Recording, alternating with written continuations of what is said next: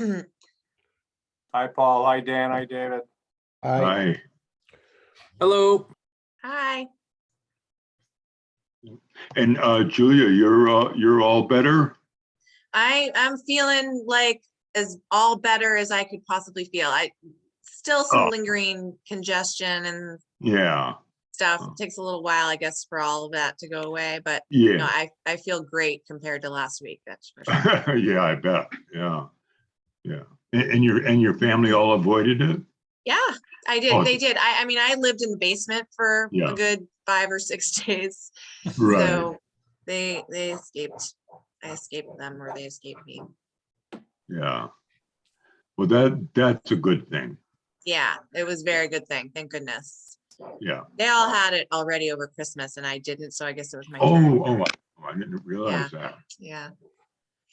Anyways, Hmm. thanks for asking. Let's see. We got everyone's here. We just need Gretchen and Carol. And I think everyone's coming tonight. And as Steve pointed out earlier, there has been somebody put in front of the council for Concom, Charles Bolovasetti, 60 Bromfield Street. Anybody knows him? No. Any background on him, Joe? All I see is the line. No idea. Can you spell the last name for me, Joe, so I can write it down? ALOVISETTI. Okay. Cool name.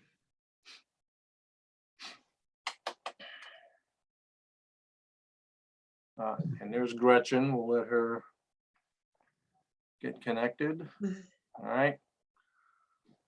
All right, let's bring this meeting to order. Oh, there's Carol too. Let's bring this meeting to order. This is the May 17th, 2022 Newburyport Conservation Commission meeting taking place on the Zoom platform. This meeting's being recorded. The first item on the agenda are the meeting minutes for May 5th, 2022. Do you have any comments, suggestions, changes? Motion to approve. Second. Paul Healy, Yes. Steve Moore, Yes.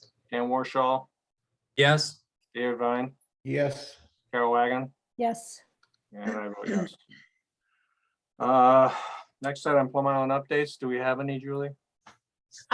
We do not have any new Plum Island updates other than, again, the MRBA meeting is scheduled for June 10th. I have been out to Plum Island a few times in the past couple of weeks and just to take a look at the status of the reservation terrace system out there. And I took a few photos today and last week, so I'll just show you in case people haven't been out to see it. It has been getting hit by high tides and some, storm waves and stuff like that. This is looking south towards the jetty, which extends off to the left over there. And this is the Coir bag that you can see exposed. It's not too bad in this direction, heading towards like 69th Street. But during that big storm that we had, that was untouched. So Yeah. This is since then. Yeah. Okay. So you mean which storm? Because you mean this bag wasn't uncovered? Not after the storm where we saw the video of the posts floating in the water. Yeah. This area was basically untouched. Right. So this bag has been exposed, but it's really not terribly bad. It's still hanging on pretty strong over there. This is a view looking sort of, I guess it'd be west, northwest towards towards 75th and 77th Street. And you can see how exposed these bags are and how much of the beach elevation has been lost. And again, these are the posts that have been sort of knocked out of place. Some of them were the ones washed out into the water a week or two ago. And this is another, whoops, let's see. I guess that's it for the photos. Oh, this was another photo from today. This is just a sort of a longer view in that direction, but in any case, this is a higher tide as well. So you can see the water comes right up to the rocks, the bottom of the rocks. The elevation of the beach is just lower than it used to be, but the system is seeming to, you know, still be in place enough that it's helping prevent worse erosion. We'll just have to, you know, keep our fingers crossed that the Army Corps gets their plans out to bid for the dredge. Julie, a Yeah. quick question. Have you heard from anybody who's identified any new bars or anything offshore or in the channel that are, you know, because presumably all of the sand is being displaced from the point. Where is it ending up is my question. Is there any sense of that yet? That's a really good question. I don't think that we really know for sure. I mean, they're anecdotally, we think a lot of it is ending up around the point on the other side, like Captain's Lady, and there's sort of a larger beach and a bar that's formed around that sort of backside of the point. Certainly a lot of it's probably also just getting flushed out the mouth of the river with the current. Once it gets scooped into that current, it could be just going out. We don't know. They haven't done, they did a lot of sediment transport studies, you know, prior to this, but we're not really sure where this is going to. And is there any money in any budget for this that's that could bring in some more sand or reinforcing those core bags? That's another good question. That's a question for the mayor's office and the city council, I think, in terms of where they have resources to put towards this. Right now, I'm not really sure. I know that it would be great to cover the bags again with sand, but then again, we do have a situation where we're at high tide level often enough that it makes covering them, you know, the value of that is questionable at this point. Right. So I'm not really sure. I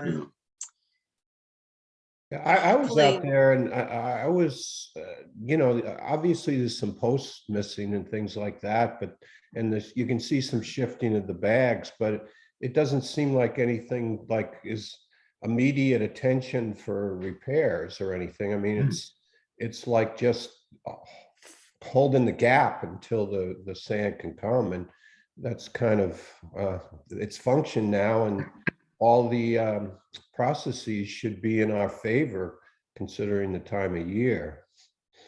Yeah, hopefully. Yeah. Agreed. Yeah, so anyway, given they've that's. moved given they've moved hurricane season up a couple of weeks. Yeah, Okay. you never know anymore. Yeah. Okay. Well, that's all I've got. Just wanted to show you a couple of pictures. Yeah.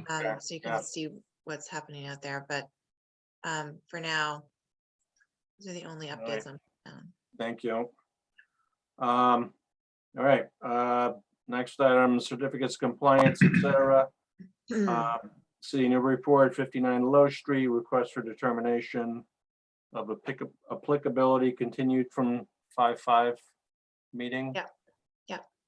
Okay, so we have, let's see, where is the plan? Let me get Tom Hughes and Kim Turner promoted to panelists. And I'm just trying to find the updated plan. I hope I didn't close it. Hold on one sec. I'm going to try to reopen it up.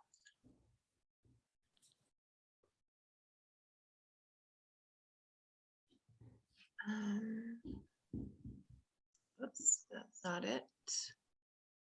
That's close.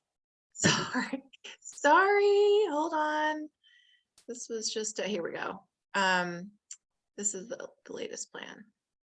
Okay, this is what I was looking for. Sorry about that.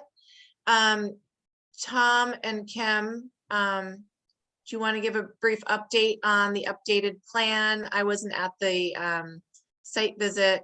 Yeah. last Monday, but why don't you give everybody an update? Sure. Tom Hughes with Hughes Environmental, here on behalf of the city.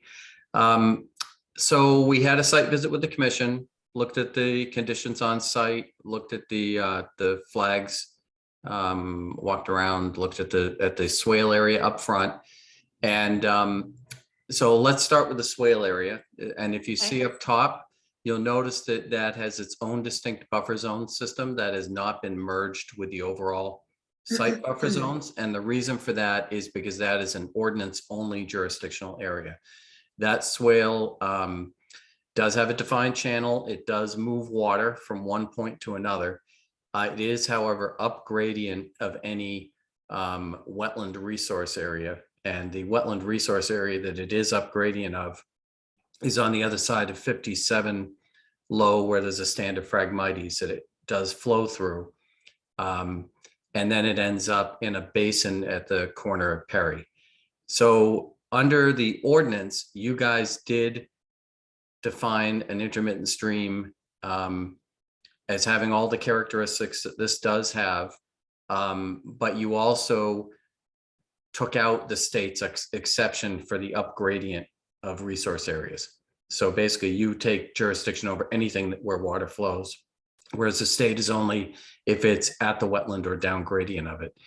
So in this case, it's ordinance only, it's a swale, it's the same thing that, you know, where there's a lot of exceptions within the ordinance and the regs to allow for crossings and, you know, various things to occur. And the main thing that you guys protect it for is the flowing water. So that's why we've given that its own buffers. It doesn't merge with the state buffers. Now, when we look at the plan, you'll also notice that I think we've corrected the buffers off of flags. The end of my flags, which are, I think, D13, 14, connecting to A3, A2, A1 on the neighboring property. If you remember, that's the property where there's some sort of mowers and things stored back over in there. And so that buffer zone kind of extends into that back corner, merges with the other buffer zones off of the beginning part of the D series. So anyway, so this plan reflects what you saw in the field. And I'm comfortable that this represents an accurate depiction of the protected wetland resources on the site, and would ask that you issue a determination. I think it's a positive determination, right? Confirming the resource areas. Okay. We have any questions or comments on this?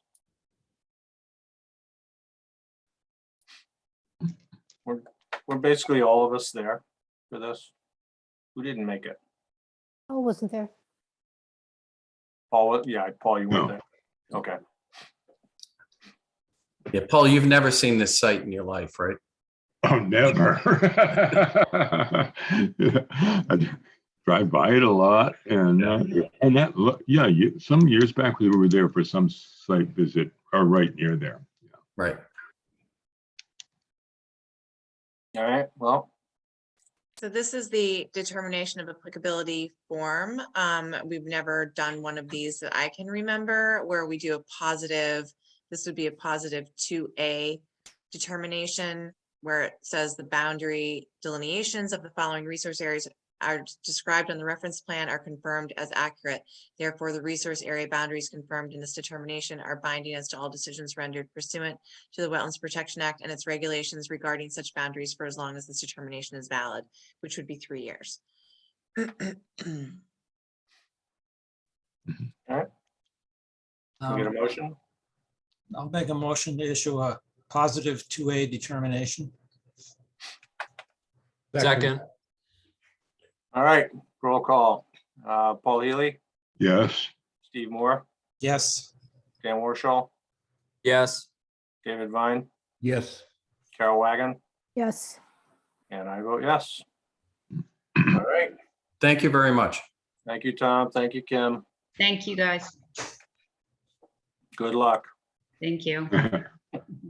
I have just a question of clarification. I don't know if that's what you should call it or not, but so going forward, depending on what the city council votes, if they wanted do anything on that site because of this delineation, they have to come back to us, or is our part done now? Can I answer that? Sure, Tom, go ahead. Yeah, this is the same as an order of resource area delineation in effect. Okay, so what you've just done is taken arguments about where the wetlands are out of future permitting, but we still, if we do anything in the buffer zone that is not purely exempt or in the wetland, we need to come back and get a order of conditions or determination of applicability from you guys. So what you've done is by issuing that, you've allowed us to now design and engineer with some confidence that what we're doing is going to be able to comply with your standards. Thank you. Yeah, pretty much the whole building, a lot of the building areas in our jurisdiction, so. So you'll see us again. Yeah, they'll be back, Carol. Yeah. You'll have another shot at them. Okay, thank you. Yep, thank you. Okay. All right, can I get a motion to open the public hearings? So moved. Second, Second, Roll call, Paul Healy, yes. Steve Moore, Yes. Dan Warshall, yes. David Vine, Yes. Carol Wagon, Yes. and I vote yes. The first item is Raymond R. Kingman Jr.'s 1075th Street, notice of intent. Tom, you guys, are you representing them, Tom? I am, and we had sent in some plans, but apparently they hit the planning office at the same time as COVID did, but it was by email, so I swear they didn't come on the plans. But apparently they didn't get all circulated because of that, and I talked to Julia today, and I think it's just fair to you guys to give you 2 weeks with the plans in hand. So we've asked to continue it to the next meeting. We would like at that time to hopefully be able to get an approval and issuance that night. Okay. And I'll have those revised plans uploaded to the website. But Tom, as I was looking through those today and downloading them, I noticed there's the plans that have been revised, but wasn't the narrative supposed to also be? In the email that came with it, I gave the regulatory analysis. Okay. All So right. you may just want to upload the email. And Okay. if you want, I can convert that to a PDF. Okay. No, I got that. That's Yeah. fine. And you want it to the June 7th meeting? Yes, please. Yeah, we don't want to delay this much longer, but it's totally understandable. Like everything kind of broke loose on you guys all at once. So we'll just push it one meeting and then be done. Okay. Need a motion? Motion to continue to June 7th, Second, Roll call, Paul Healy, yes. Steve Moore, yes. Dan Warshall, Yes. David Vine, Yes. Carol Wagon, Yes. and I vote yes. All right. Can I get a motion to close the public hearings? So moved. Second, Roll call, Paul Healy, Yes. Steve Moore, yes. Dan Warshall, Yes. David Vine, Yes. Carol Wagon, Yes. and I vote yes. Next item is enforcement violations, 3 Q Street. This is the letter that we just received that we've been waiting for from Lisa O'Donnell. Tom, do you want to just give an update to the commissioners on her site visit and on what she's got presenting in this report? Yeah, and I don't know if Bill is, if Bill Barrett's out there, but if he is, you may want to elevate him. He's not, no. Okay, all right. So basically we had Lisa O'Donnell come out and evaluate the wall. Julia was able to meet us out there, and she has looked at everything, and basically the letter I think speaks for itself, but essentially what she's saying is the block wall is a gravity wall. And that the work that was done was not detrimental to that, and if anything was sort of marginally beneficial for a couple of reasons. One is added weight on the landward side from the mortar and the paver stones that were placed there, and then The other thing is there was stone and filter fabric placed just behind the wall at the surface, and the mortar between the blocks that she thinks more importantly prevents the migration of sediment through the wall, which can cause failure of the wall eventually by removing the sediment from behind it. She, by no means is this sort of the fix that the wall would need, but it is something that her letter concludes does have some potential marginal benefit, and also, potentially extends the life of it. We did talk about, if you were going to try to make this wall really last longer, what would you do? And it probably involves installing tiebacks and, lagging timbers or something along the front, if not just totally reconstructing something there. But generally, if you take a look through the letter, she did take a real close look at it and looked at everything, including the pavers on the back of it, how the pavers were used to essentially get the top of the wall to the same height uniformly, which is, and I know that this was mentioned at one point about how the paver stones go up above the blocks in some places, but if you take a look at that, it was an effort to get the top of the wall to be the same elevation across, because you get uneven settling in that wall system. So This is a picture I took when we were discussing that on site, when she was taking a look at the elevations. And we noted that essentially this is like the top elevation that then got continued. So as you can see, it kind of extends upward when you get further down the wall, but there are places where it is flush with the top of the existing wall. right. So now I know some of you guys are familiar with sort of wall construction, but it's commonplace to have filter fabric and a drainage layer behind walls, so you don't have excess hydrostatic force on the wall, and you don't have sediment that bleeds through. And in this case, the original wall had nothing like that. In the dune, the drainage layer is probably less important because the sand does drain pretty well, but the filter fabric and then the mortar between the blocks does provide some function, and that's what Lisa looked at. So she did think that there's some marginal benefit. Again, not a complete fix for the wall, but it's a gravity block wall made of concrete blocks on the shoreline. If I were consulting with somebody, and if it were legal to permit a brand new one right now, I certainly wouldn't be suggesting this as a type of wall, right? It'd be wonderful if this could be a big, granite block revetment, or something that could provide a little bit more protection in a major storm. But in the end, the work that was done, is sort of maintaining the wall and improving it slightly, given what it is. So is that Mr. Powers' house that we see on the right side of that picture? Yes, I believe so. Yeah, it is. So it does look like the stonework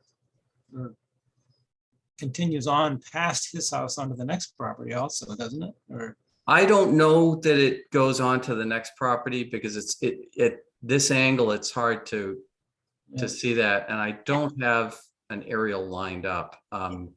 When we did work for Mr. Drago, we surveyed a large part of the wall, but we didn't go all the way to the neighbor's further property line.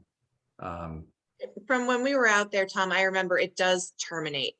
That the sort of repair work does terminate just a little bit further down. I have a photo of where it ends. Right. And then right. It's before the neighbor's dock attachment. Yeah. Right. okay. So, and in this photograph, the two, even though the mortar is different color between those blocks? Is it the same work at the same time? Or- You know, I can't 100% say it is, but it looks to me, and Julie, I don't know if you can zoom in on the one to the right. Looks to me like there's older mortar that might be from when you did the RDA on this. And it looks like they may have patched on top of it. You see how you've got like two colors, but I don't know if that's accurate. I don't know the answer for sure. Yeah, I don't know. Because I believe that, and my recollection of this is not 100%, but I believe that I was told that they were kind of patching some of the mortar that was done earlier as part of the work they were doing. Yeah, I mean, you can see over the years, they've tried to fill in the spaces between these blocks with other blocks, with other things, just to try to keep the sediment from washing out. So here's just, they ended up going with the cement on this one. And the wall does, the addition, the added wall does end at the end of the city property. Yeah, I don't have I have a photo on my phone of where it ends, but yeah, you can see this is the, like the neighbors got it. Right, it looks like it's right at that bend. Sorry, You yeah, can there's, see it, it's clear in the aerial photo. okay, Yeah. We're in Alright. it. Yeah, but it looks, if you see where the wall has a bend in it, which I think is more or less at the property line, I believe that's where that facade ends. It's kind of right at the top of your image right there. Yeah,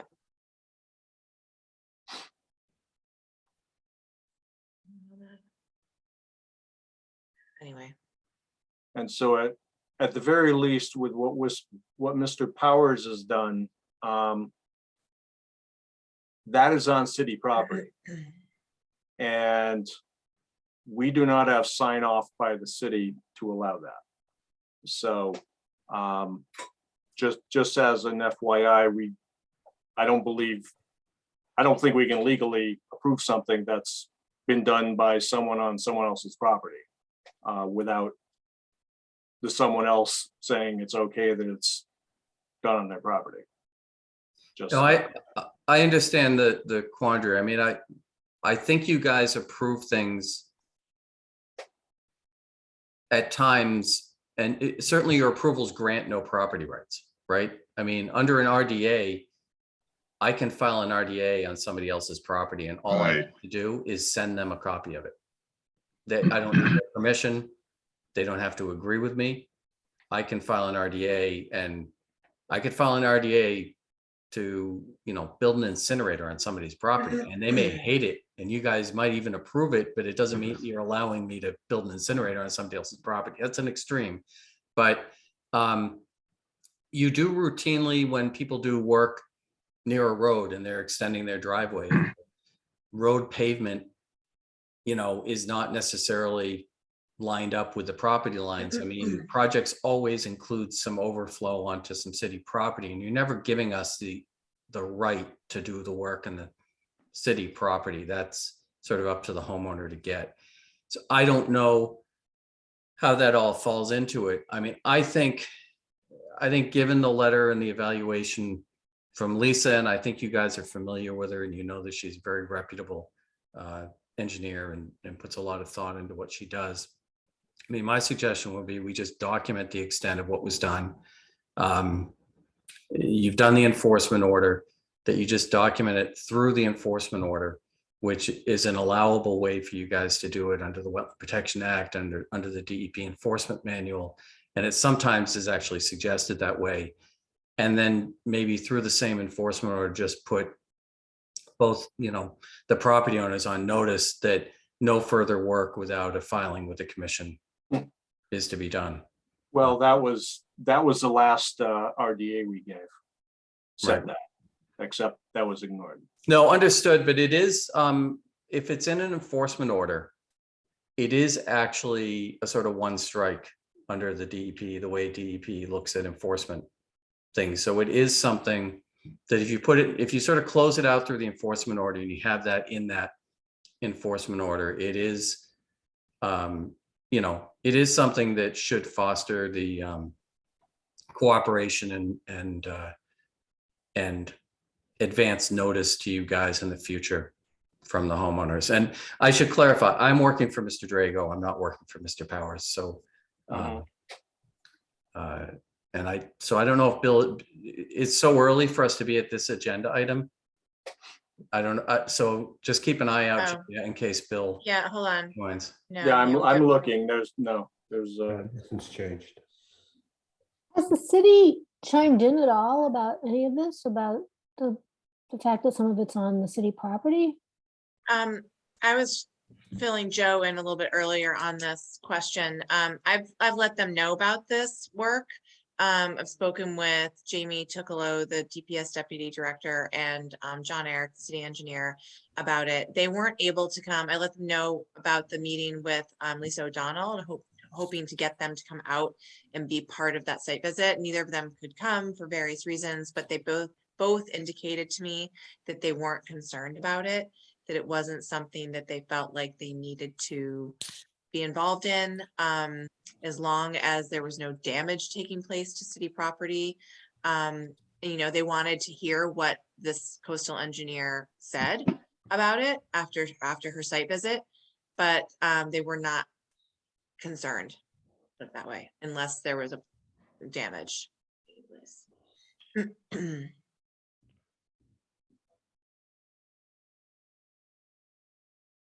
be honest, I'm not sure that the city knew it owned this resource right here, this seawall.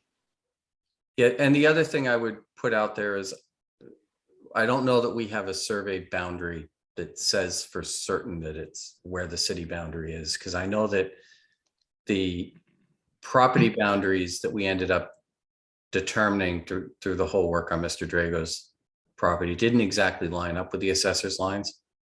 So I'm not sure that we can 100% rely on the assessor lines, but I don't have enough information to tell you where a property line is or isn't out there.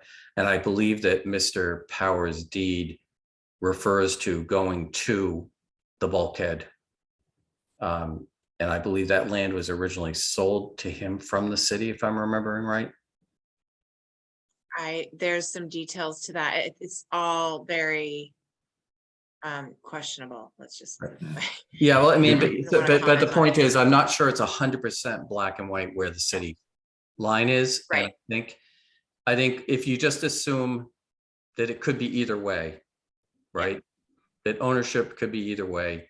I think if Lisa's report is provided to those guys, and if Yeah. they still have no concern, Yeah. then my suggestion would be we just sort of deal with through enforcement. You can make it explicit. You're not granting any property rights or any approval to do any work on city property as part of that documentation, and have it in the file so that, you know, we know. And I think that Mr. Powers and Mr. Drago are both keenly aware at this point that any further work on this thing should be discussed with you guys in advance.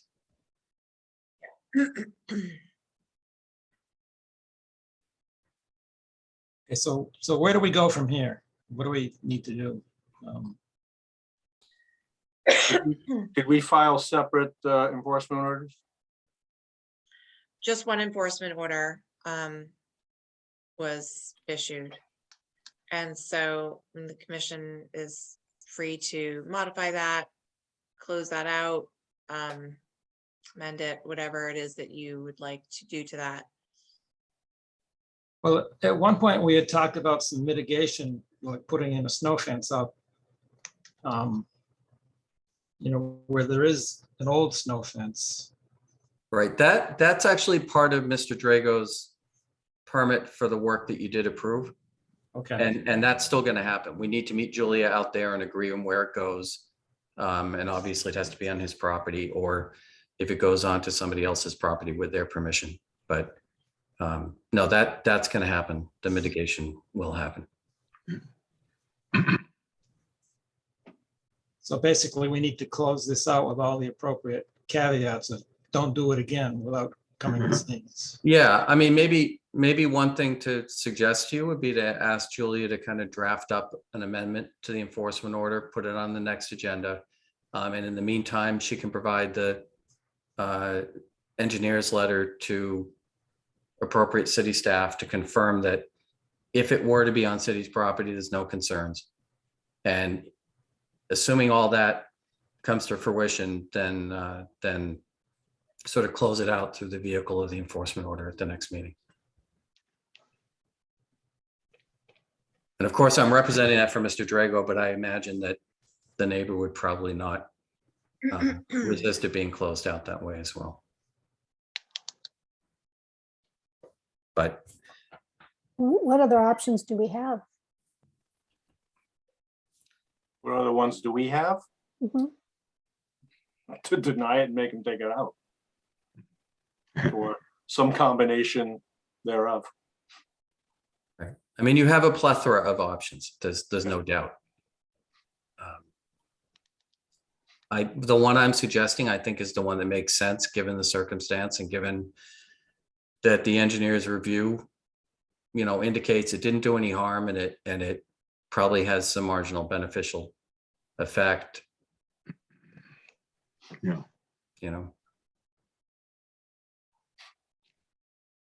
Yeah, I'm okay with that because given that there's no damage done and there might be some benefit, I don't see the point in taking it all out. Right. Yeah. We just need to be clear to all the property owners around here that we won't tolerate it again. Yeah. Yeah, I mean, the whole scheme of things, what was done there isn't a major modification to the wall. I mean, so how, taking it out would seem way more than it's appropriate, I think. Well, I was just clarifying on what our other options were. Well, and how would the other property owners know that this is, that we've made any sort of statement going forward? Well, first of all, the enforcement order was issued to 2 property owners. Is that correct? Right? Yeah, Julia? yep. So those property owners would receive the updated enforcement order, and then we would ask you to lift the enforcement order. And in the letter lifting the enforcement order, you would then restate that part of it to them. It doesn't really impact the neighbor that didn't do the work on the wall beyond it, although it's a small neighborhood, and I'm sure that the word will get around.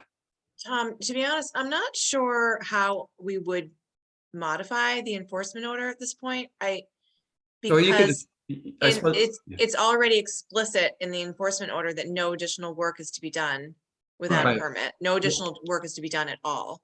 And so therefore, in lifting the enforcement order, the letter that would go with that would be what makes it clear that Okay. moving forward, these are the parameters under which they would be allowed to do any additional modifications to the wall, namely a notice of intent. I was mainly thinking that the enforcement order had some requirements and some deadlines that It does. would need to be amended. It does, but do they need to be amended if it's being lifted? That's my Right. question. No, I think as long as the lifting letter acknowledges that the commission opted to accept Yeah. the engineer's letter as an alternative. Right. You just want it Got to you. be clear, because Yeah. you and I have seen files that are 15 years old Yeah, and there's a gap and you have no clue how they got from okay, I see what point you're A to saying. point B. I see Yeah. what you're saying, Yeah. for sure. So it would either amend the enforcement order and lift it and then write the letter, or write a letter that makes it clear why the enforcement order was lifted. Right. Right. Yeah, And you I can think do the same at the that's same one that time. we want to do. So I guess I would suggest that maybe the letter lifting it is prepared for the next meeting. And in the meantime, we can confirm with the DPS folks and Yeah. and all that. And then Julia, you can think on whether you think you want to amend and lift, or whether you just want to lift, however you Yeah. want to do it. I'll take a closer look at it, the language and how that would work. Right. And I'll draft something for the next meeting if that's what the commission wants to do. Yep, that sounds good.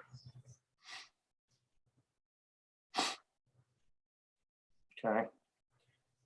We have anything else on this? No, Okay. All right, thank you, Tom. thank you. Let's see. The mayor has sent somebody to city council for the Conservation Commission. I believe his name is pronounced Charles Alovisetti. So we've gotten the first reading. They're probably never going to take Steve out of committee, so he can Get float comfortable there, around for a Steve. while. Oh, maybe I'll resign. No. No, definitely not. But that's about all I got. Do you guys want to see photos of the pollinator meadow project? Oh, that's going on? yeah. We saw them for a split second. So that was a Yeah. sneak peek. All right. So I was out there today. It's really cool. As you enter the pathway that sort of runs alongside the development out into the open space back there, you can immediately see it. It's right there on the side of the path. And this is the black tarp that they're covering the area with. It's a pretty big area. And these are the pallets and things must just be weights to hold it down. Here's another closer picture. But anyway, it'll be fun to see how this all turns out. Yeah. Mhm. They did some good work getting that set up. I've been out there digging up some of the multi-floor rows, which is what all those Oh, I was wondering. things are. Okay, I was wondering what those are. Was Yeah. this the one where we offered to contribute? Yes, Was that implemented? Did that happen? Yeah, absolutely. They sent me their receipts for reimbursement for the materials that you see here. And they've been reimbursed. Great. And I don't think it came close yet to the $2,000 that we had budgeted for. So yeah, they're gonna buy some plants to put in the fall, and I'm sure that'll Yeah. come Yeah. before you. Oh, yeah. very interesting. Is there anything we can do to help Steve get out of limbo? You know Well, some city councilors. go yell at Ed Cameron. I'll yell at Connie Preston next time I see her. Bizarre. I know who Charles is, by the way. I don't know him personally, but he's actually just recently joined my bar association. So you'll be getting another lawyer. Great. Very helpful. Good to know. Thank you. Alrighty. I see John Powers did join us. Mr. Powers, you're going to want to watch the recording of the meeting. That we did discuss the wall at length. So you're going to want to check that out as soon as it comes out. And we will be writing a letter regarding everything. I know that's quite vague actually, but This will be on the agenda. The 3Q Street will be on the agenda at the next meeting on June 7th to determine sort of like a final, the commission can vote on the final outcome at the next meeting. okay. We have anything else? Is there much for the next meeting, Julia, or is it just this? It's just these two things. It's just 75th Street. And it's this final piece for 3Q Street.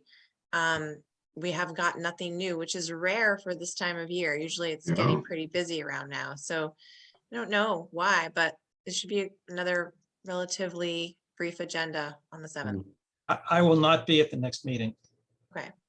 Okay. Yeah, I would say building materials are probably an issue with Yeah. reducing work. Dan, were you gonna say something? Oh, I was curious just to ask Steve, what the quality of the soil is out there. Well, it's not great. I think there's got to be a lot of clay in it because it really holds the moisture. Mhm. But I think things will do okay. If it, these plants don't do well, we'll have to try something that, likes a wetter soil, and I'm sure we can do that, but I think things, there's a lot of grass and there is some stuff growing there, but just not as much as we would like. So, That's why it's a pilot project, right? yeah. Yeah. Interesting. But, and It'll work. I think Dr. Jagir is going to get involved from UMass Dartmouth. He'll, participate and provide some plants perhaps that Oh, will do well out there. Good. I'm Great. sure he'll do all the soil testing he needs, and I'm sure he's gonna know exactly what Yeah. would thrive there. yeah. So it's a good person to have on a project like this. All right. Anything else? Motion to adjourn? Second, Roll call. Paul Healy, Yes. Steve Moore, yes. Dan Warshaw, Yes. David Vine, Yes. Carol Wagon, Yes. and I vote yes. Right. See most of you in 2 weeks or 3 weeks. Good night, everyone. All right. Thank you. Good night. Okay, good night.